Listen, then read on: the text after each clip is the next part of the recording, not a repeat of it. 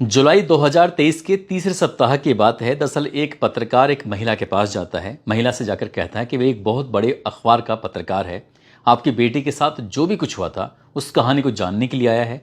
इसके बाद वो उसे अखबार में प्रकाशित करेगा। जैसे अखबार में खबर आएगी तो लोग उस कहानी को असली रूप में जानेंगे, पहचानेंगे। जैसे उस महिला की तरफ देखा जाता है, उससे बात की जाती है तो महिला ने कोई जवाब नहीं दिया, बल्कि एकदम साइलेंट हो जाती है और उसके बाद एक अपने घर की तरफ को इशारा करती है, जैसे उंगली दिखाती है।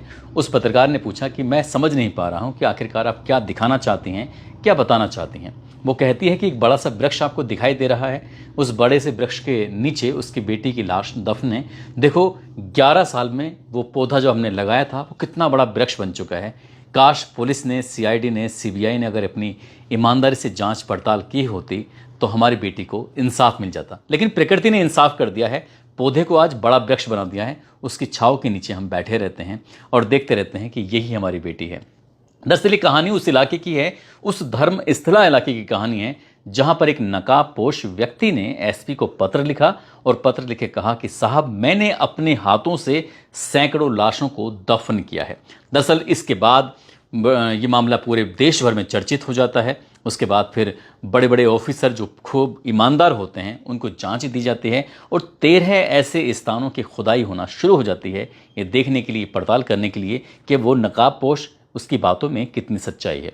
आज की इस कहानी के माध्यम से यही जानने की कोशिश करते हैं कि आखिरकार उस लड़की के साथ क्या हुआ था जिसने पूरे प्रदेश भर में, जैसे अब पूरे देश भर में इस घटना को लेकर चर्चा है, तब उस दौरान उस प्रदेश भर में इस घटना को लेकर चर्चा थी। आदाब, नमस्कार, सत श्री अकाल। मैं उस्मान सैफी। आज की जो सच्ची घटना मैं आपको सुनाने जा रहा हूं, ये सच्ची घटना है कर्नाटक प्रदेश का एक जिला है दक्षिण कन्नड़, और दक्षिण कन्नड़ में एक गांव लगता है उजिरे गांव। दरअसल ये यहीं की सच्ची घटना है। 17 साल की एक लड़की जिसका नाम सौजन्या होता है। सौजन्या रोजमर्रा की तरह अपने घर से निकलती है अपने कॉलेज में पढ़ने के लिए। दरअसल 9 अक्टूबर 2012 की सुबह 7 बजे के आसपास का वाकया था। उसकी माँ ने काफ़ी आवाज़ लगाई, बेटा थोड़ी देर में खाना तैयार कर दूंगी, बस तुम रुक जाओ। लेकिन वो खाना भी तैयार हुआ नहीं था, इसलिए उस दिन वो बिना कुछ खाए पिए चली जाती है। अब अपने कॉलेज जा रही थी। उसका कॉलेज का नाम होता है एसडीएम कॉलेज, जो कि उजिरे में ही लगता है, जो कि उसके घर से लगभग 3 किलोमीटर दूर होता है। उसके लिए उसे एक बस पकड़नी पड़ती है और वो वहाँ जाती है, रोज़ की तरह जाती है, आती है। लेकिन उस दिन यानी कि 9 अक्टूबर 2012 को वो घर से गई जरूर थी, लौटकर वापस नहीं आती। शाम के 6 बज जाते हैं। माँ परेशान हो जाती है क्योंकि बेटी उसकी लगभग 4:30 बजे तक या 4:15 बजे तक घर पहुँच जाती है, लेकिन अब 6 बज चुके हैं। माँ परेशान हो जाती है, सीधे आसपास के घरों में जाती है कि तुमने हमारी बेटी को देखा है? सौजन्या असल दिखाई नहीं दे रही है। तभी वो अपने पति को फ़ोन करके बताती है कि बेटी अभी तक घर नहीं आई है, मुझे बहुत ज़्यादा चिंता हो रही है, दिक्कत हो रही है, आप कुछ तो करिए, कुछ देखिए। जैसे जैसे वो अपने गांव में लोगों के पास जा रही थी, आसपास के लोगों से बातचीत कर रही थी, वैसे वैसे लोग भी इकट्ठा होना शुरू हो जाते हैं। उसके बाद फिर यहाँ से सीधा बस स्टॉप पर जाते हैं। वहाँ जाकर पता चलता है कि उस लड़की का जो मामा है उनका होटल है। मामा कहते हैं कि तुम यहाँ क्या हुआ, कैसे परेशान हो रहे हो? वो कहती है कि बेटी आज घर पर नहीं आई है। उसने कहा कि मैंने तो उसको बस स्टॉप पर उतरते हुए देखा है, वो मुस्कुराते हुए मुझसे हाथ मिलाते हुए घर की तरफ जा रही थी, ऐसा नहीं हो सकता। मामा भी, जितने भी लोग थे, अब ये संख्या लगभग 300 से ज़्यादा पार हो जाती है। 300 लोगों ने आसपास के उस 3 किलोमीटर के एक एक हिस्से को, एक एक जगह को ढूंढना शुरू कर दिया, तलाश करना शुरू कर दिया कि आखिरकार बेटी मिल जाए। जहाँ जहाँ तक वो आवाज़ लगाई जा सकती थी, चीख सकते थे, बुला सकते थे सौजन्या को, वहाँ वहाँ तक आवाज़ लगाने की कोशिश कर रहे थे। उस दिन पूरे दिन बारिश पड़ रही थी, रात को भी बारिश पड़ रही थी। लोग थक जाते हैं, परेशान हो जाते हैं। यहीं से कुछ लोगों का जत्था यहाँ से लगभग 12 किलोमीटर दूर एक पुलिस स्टेशन लगता है जिसका नाम है बेलथागढ़ी में जाते हैं। पुलिस स्टेशन में जाने के बाद वो जो लड़की सौजन्या का पिता होता है वो जाकर अपनी बेटी की पूरी कहानी बताता है कि मेरी बेटी एसडीएम कॉलेज में पढ़ती है, सेकेंडरी की छात्रा है, रोज़ घर से निकलती है, लेकिन आज घर लौट कर नहीं आई है। आप सब इस मामले में जितनी जल्दी हो सके कार्रवाई कर दीजिए, हमारी बेटी को ढूंढने में मदद कर दीजिए। पुलिस कहती है फिलहाल बहुत ज़्यादा बारिश हो रही है, और इस तरह के पुलिस को इनकी बहाना करने लगती है। जब लोगों ने हंगामा करना शुरू किया है, आखिरकार पुलिस थोड़ा सा प्रेशर मारती है, और प्रेशर मारने के बाद आखिरकार रात के 10:30 बजे के आसपास गुमशुदगी की एफआईआर दर्ज कर ली जाती है। गुमशुदगी की एफआईआर दर्ज होने के बाद 250/2012 एफआईआर नंबर एफआईआर हो जाती है। पुलिस इसमें उतनी ईमानदारी से, शायद इतनी ताकत से काम नहीं करती जितनी ताकत से अक्सर गुमशुदगी के मामलों में पुलिस लापरवाही से ही काम लेती है, अक्सर ऐसे मामले होते हैं और इस मामले में भी कुछ ऐसे ही पुलिस का रवैया रहा था। उस रात घर वाले, गांव वाले पूरी ताकत लगा देते हैं ढूंढने में और वो हार थक कर अपने घर जा पहुंच जाते हैं। जैसे ही दिन निकलता है, दिन निकलने के बाद सुबह के 8 बजे के आसपास का वक्त हो रहा था, फिर से ग्रामीणों ने ढूंढना शुरू कर दिया। पहले दिन 300 लोग थे, अगले दिन 500 से ज़्यादा लोगों ने ढूंढना शुरू कर दिया, क्योंकि उस इलाके में जो गांव की आबादी थी लगभग 9000 के आसपास बताई जाती है। 500 से ज़्यादा लोग उस लड़की को तलाश कर रहे थे। जहाँ जहाँ तक जो शोर मचा सकते थे, सौजन्या सौजन्या, लेकिन सौजन्या का कहीं अता पता नहीं चल रहा था। आखिरकार एक व्यक्ति की नज़र पड़ती है एक पेड़ पर, और पेड़ पर के जो नीचे का तना होता है वहाँ पर लड़की की लाश मिल जाती है, जो कि पेड़ से बंधी हुई थी। अर्धनग्न अवस्था में वो लाश होती है। उसके कपड़े जो थे वो फटे हुए थे, उसके शरीर के अलग अलग हिस्सों पर चोटों के निशान थे। साथ ही देखा यह जाता है कि उसका जो प्राइवेट पार्ट था, प्राइवेट पार्ट में भारी मात्रा में मिट्टी को अंदर तक डाला गया था। इस तरह से लोगों में गुस्सा आता है, थाने का घेराव करते हैं। पुलिस इस मामले की जांच पड़ताल करना शुरू कर देती है। पुलिस कहती है कि हम इस मामले की जांच पड़ताल कर रहे हैं, आप बिल्कुल परेशान होने की जरूरत नहीं है। जो भी कातिल होगा, जो भी दरिंदा होगा, उसे कम समय में पकड़ा जाएगा। मामले की जब पोस्टमार्टम रिपोर्ट आती है तो उससे पता चलता है, और वैसे भी स्थिति को भांप कर पता चल रहा था कि इस लड़की के साथ कोई ना कोई गंदा काम क्यों हुआ है, जिससे बलात्कार जैसी घटना, उसके बाद फिर इसकी हत्या कर दी गई है। पुलिस ने आखिरकार इस मामले में, जैसे इतनी बड़ी घटना हो जाती है, उसके बावजूद भी जैसे पुलिस काम करना था, शायद पुलिस ने उतनी ईमानदारी से काम नहीं किया।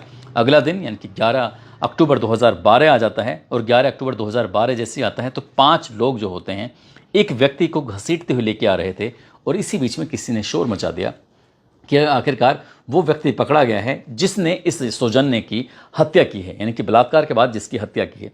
अब बस इतना था कि बड़ी संख्या में लोग इकट्ठे हो जाते हैं और उस व्यक्ति को उन 5 लोगों के हाथों से छुड़ाने के बाद उसे बहुत बुरी तरह से मारना, पीटना शुरू कर देते हैं। दरअसल वो जो व्यक्ति था वो धर्म स्थल श्री मंजुनाथेश्वर मंदिर के पास एक बाहुबली द्वार होता है, उसके पास वो सीढ़ियों पर बैठा हुआ था।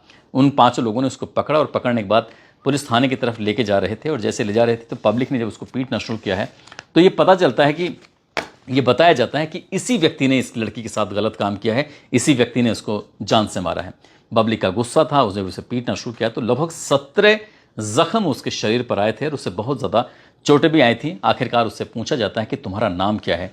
वो कहता है कि मेरा नाम संतोष राव है, जो कि उडप्पी एक जिला लगता है, वहाँ का एक गाँव लगता है करकला, वहाँ का वो निवासी है। और उसके जो पिता हैं वो रिटायर्ड शिक्षक हैं, माँ उसकी लोक निर्माण विभाग में कर्मचारी के पद से रिटायर्ड हो चुकी है। जैसे उसने अपने बारे में बताया, उससे पूछा जाता है कि तुम करते क्या हो, तो उसने कहा कि एक कर्नाटक प्रदेश का ही एक जिला लगता है जिसका नाम है चिक्कनगाकुरु ज़िले का एक जगह लगती है श्रृंगेरी, वो वहाँ पर एक होटल है, होटल में वो काम करता है। बस उसकी हालत, उसकी जो बॉडी स्ट्रक्चर था, उसके बाल जो थे, उसको देखकर ऐसा लग रहा था जैसे कि कोई वो अपराधी टाइप का ही हो।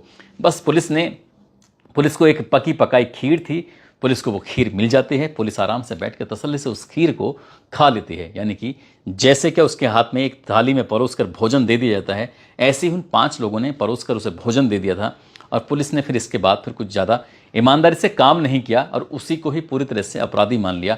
उसके खिलाफ पुलिस ने मामले की जांच पड़ताल की, और जांच पड़ताल करने के बाद, लेकिन जिस तरह से वो पुलिस उसके मामले में काम कर रही थी, उस हिसाब से पुलिस के इस कार्य प्रणाली को लेकर जो आसपास के गांव के लोग थे, परिवार के लोग थे, उन्हें लग रहा था कि शायद पुलिस अपना ईमानदारी से काम नहीं कर रही है।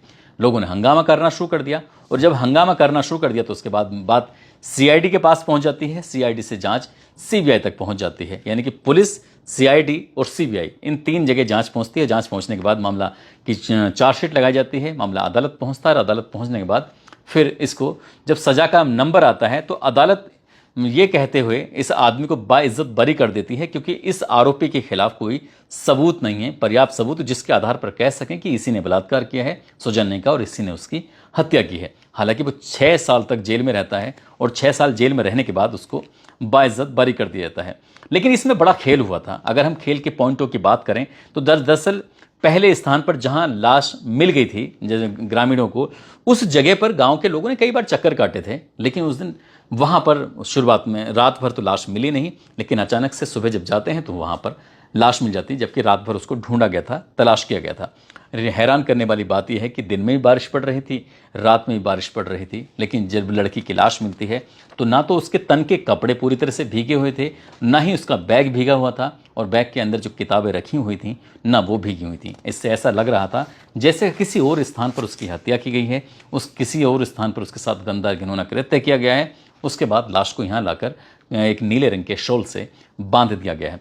आखिरकार क्राइम सीन से एक चप्पल गायब था, क्राइम सीन से एक छाता भी गायब था। वो छाता और चप्पल कहाँ गया, किसके पास है, पुलिस ने उसे ढूंढने में कोई ईमानदारी नहीं दिखाई, कोई दिलचस्पी नहीं दिखाई, और ऐसे ही मामला चलता रहा।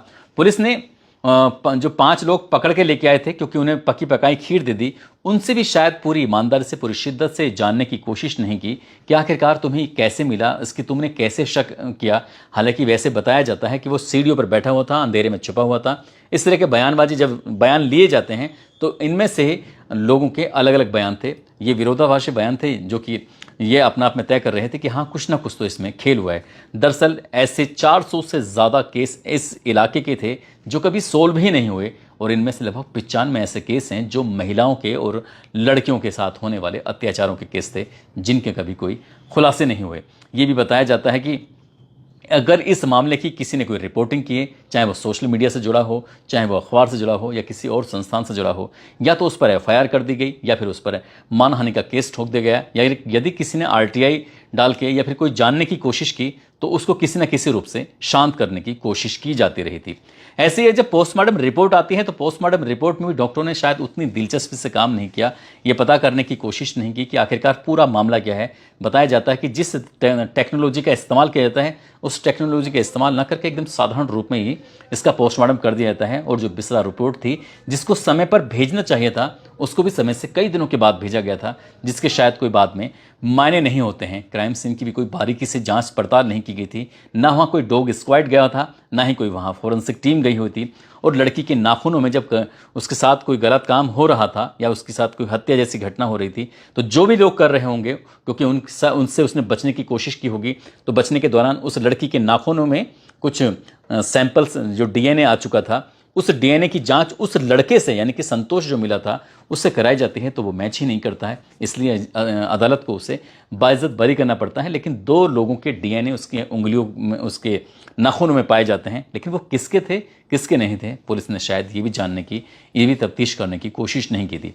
ये भी बताया जाता है कि क्योंकि पुलिस को पकी पकाई खीर मिल जाती है, बस स्टैंड पर जहां लड़की उतरती है वहां पर सीसीटीवी कैमरे लगे हुए थे, पुलिस ने वहां भी जानने की कोशिश नहीं की। रास्ते में एक हॉस्पिटल पड़ता है और हॉस्पिटल पर कैमरे लगे हुए थे, पुलिस ने उन सीसीटीवी कैमरों को भी सही से देखने की कोशिश नहीं की, ऐसा रिपोर्ट में आता है।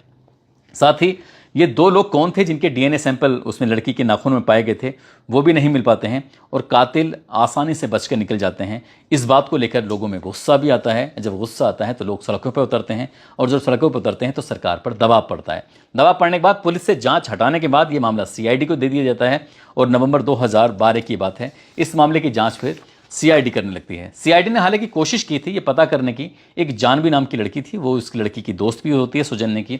वो बताती है कि जो कर्नाटका की सरकारी बस होती हैं उसमें वो 3:45 के आसपास बैठती है, यहाँ से करीब 15 मिनट का रास्ता होता है, वापिस जाके वो उतर जाती है। और उसको उतरते हुए भी कुछ लोगों ने देखा था, 2-3 ऐसे लोग थे जिन्होंने देखा था। उसके अपने मामा से भी बातचीत हुई थी, उसने चलते हुए उससे आखिरी बार हाथ में मिलाया था।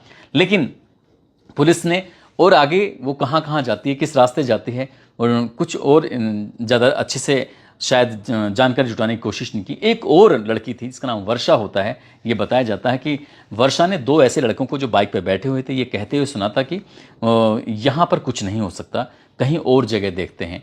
तो शायद उन लड़कों को भी जानने की कोशिश नहीं की कि वो लड़के कहाँ थे, किसके क्यों आए थे, और अगर वो लड़के घूम रहे थे तो ज़रूर वो कहीं ना कहीं सीसीटीवी कैमरे में ज़रूर आते होंगे।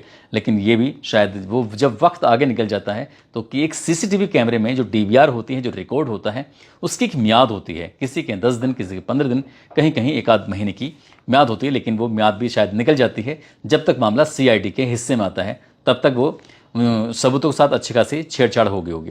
लेकिन जब मामला आगे बढ़ने लगता है, माँ को ऐसा लगने लगता है कि कुछ ना कुछ गड़बड़ हुई है, तब माँ ने 5 उन लोगों के खिलाफ शिकायत दर्ज कराई जो लोग सबसे पहले संतोष को लेके आए थे, पुलिस के हवाले करने के लिए जा रहे थे, माँ ने कहा कि मुझे ऐसा लगता है कि इन 5 लोगों ने ही कुछ ना कुछ किया है। तो ये बताया जाता है कि उनमें से एक ने तो ये साबित करके दिखा दिया कि वो उस दिन घटनास्थल पर था ही नहीं, वो यहाँ पर था ही नहीं, वो तो विदेश था। और 4 जो लोग बचे थे उन्होंने भी कहीं ना कहीं ऐसा कुछ सबूत पुलिस के हवाले कर दिए थे, उनसे ये साबित कर दिया था कि हम तो यहाँ पर थे ही नहीं, हम तो कहीं अलग थे। उसके बाद जब पुलिस ने अपना काम करने की कोशिश की तो वो कोर्ट चले जाते हैं, और कोर्ट जाने के बाद फिर किस तरह से दबाव बनाया जाता है कि उनका नाम भी अगर किसी ने लेने की कोशिश की उन 5 सदस्यों का, तो उस पर एफआईआर भी हो जाती है, उसके खिलाफ कार्रवाई हो जाती है। इसलिए लोग डर जाते हैं उनका नाम लेने से, क्योंकि वो बड़े रसूखदार हैं, वो बड़े पहचान वाले थे। इस बात के बाद फिर मामला सीबीआई तक पहुंच जाता है। सीबीआई इस मामले की जांच करती है, लेकिन सीबीआई का जो ट्रैक होता है, रास्ता होता है, सीबीआई का रास्ता भी वही होता है जो रास्ता सीआईडी का। कई महीने के बाद कोर्ट में चार्जशीट पेश की जाती है और आरोपी उसी को बनाया जाता है, संतोष राव को, जिसको पहली बार पकड़ा गया था। और उसको बनाने के बाद 16 जून 2023 को इस मामले में अदालत की तरफ से फैसला आता है और कहा जाता है कि इस व्यक्ति को बाइज्जत बरी किया जाता है, क्योंकि इसके खिलाफ कोई सबूत नहीं पाए गए। ये मामला बहुत ज़्यादा चर्चित रहा था उस प्रदेश में, और ये मामला अब दोबारा से इसलिए चर्चित हो जाता है क्योंकि एक नकाबपोश व्यक्ति, जो कि इस मंदिर के धर्मस्थला में एक मंदिर है, वहाँ पर वो सफाई कर्मचारी होता है, वो बताता है कि 1995 से लेके साल 2014 तक उसने अपने हाथों से सैकड़ों लाशों को, जो महिलाओं की और लड़कियों की लाशें होती हैं, जिनके तन पर कोई कपड़े नहीं होते थे, जिनके साथ कोई ना कोई गंदी हरकतें हुई होती हैं, जिनके साथ बलात्कार जैसी घटना होती थी, जिनकी उसके बाद फिर हत्या हो जाती थी, उनको उसने अपने हाथों से दफनाया। जब एसपी को पत्र लिखता है उसके बाद फिर मामला हाईलाइट होता है। प्रदेश सरकार के स्तर पर एक एसआईटी का गठन होता है, और एसआईटी के गठन के बाद उसमें 20 ईमानदार ऑफिसरों की एक सूची तैयार की जाती है ताकि इस मामले की जांच पड़ताल हो सके। उस व्यक्ति के आधार पर 13 ऐसे स्थानों को नेत्रावती नदी के इर्द गिर्द चिन्हित किया जाता है, और वो बताया जाता है कि वहाँ पर उसने लाशों को दफनाया।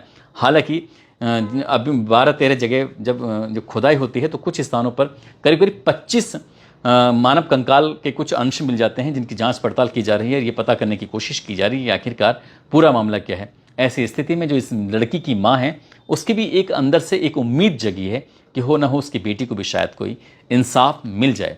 दोस्तों, इस पूरे घटनाक्रम को सुनाने का उद्देश्य है किसी को परेशान करना नहीं है, किसी का दिल दुखाना नहीं है, बल्कि आपको जागरूक करना है, आपको सचेत करना है। और वाकई पुलिस बहुत सारे मामलों में, इस वाले मामले में भी कुछ ऐसा ही होता है, अगर ईमानदारी से काम करे तो शायद इस तरह की कहानी कभी ना बने और लोगों को इंसाफ मिल जाए। लेकिन ये बताया जाता है कि जो इस घटनाक्रम के पीछे हैं वो बहुत ताकतवर लोग हैं, उनके बड़े बड़े लोगों से बड़े रसूखदार व्यक्ति हैं। इसलिए इस मामले में इस लड़की को इंसाफ नहीं मिला, और माँ एक पत्रकार से कहती है कि बेटी को इंसाफ नहीं मिला क्योंकि एजेंसियों ने अगर सही से जाँच की होती तो शायद उसे आज बेटी को इंसाफ मिल जाता। जब बेटी को दफन करती है तो वहाँ उसने एक पौधा लगा दिया था, वो पौधा अब वृक्ष बन चुका है। जब पत्रकार ने बात की थी तब ये 11 साल पुरानी बात थी, और आज हम जो इस कहानी को सुना रहे हैं तो इस कहानी को अब 13 साल हो चुके हैं। दोस्तों, जाते जाते मिर्ज़ापुर के रहने वाले महेंद्र कुमार हैं, बस्ती से जानवी हैं, कौशाम्बी से विनोद भारती हैं, मेवात से राहुल कुमार हैं। आज इनका जन्मदिन है, इनको जन्मदिन की ढेरों सारी शुभकामनाएं, बहुत बहुत मुबारकबाद। कुछ लोगों ने नाम लेने की अपील की है, जिसमें सुमन है, और ये बताती हैं कि लुधियाना के रहने वाली हैं। ये और इनके पति हमारी कहानियों को देखा करते थे, और साथ ही जो इनके पति तो अब रहे नहीं हैं, और बेटा है इनका शिवांश और बेटी है शिवानी। इन्होंने कहा था कि आप हमारे पूरे परिवार का नाम लेना, और उन्होंने बहुत सारा ढेरों सारे आशीर्वाद दिया है, बहुत सारा प्यार दिया है। इसके लिए आपका बहुत बहुत दिल से शुक्रिया सुमन मैम। साथ ही मंसूर अली हैं, विजय कुमार दुबे हैं, और इमामुद्दीन मंसूरी, मुकेश कुमार यादव सिवान से, जमशेद खान, शैलेंद्र पाल हरदोई से हैं, ब्रजेश कुमार भरतपुर से, नवाब खान, नीलेश शर्मा, संजय शुक्ला फरीदाबाद से, दिनेश तेजाराम संचोर से, ओम प्रकाश शर्मा, राशिद अरवाज अंसारी दिल्ली से, एडवोकेट मसूद अहमद गोड़ा से, मोहम्मद अयाज, नवीन शर्मा, सुखदेव सिंह, राखी सैनी, दीपक प्रजापति। आप सब लोग अपना ख्याल रखें, सुरक्षित रहें। जय हिंद, जय भारत।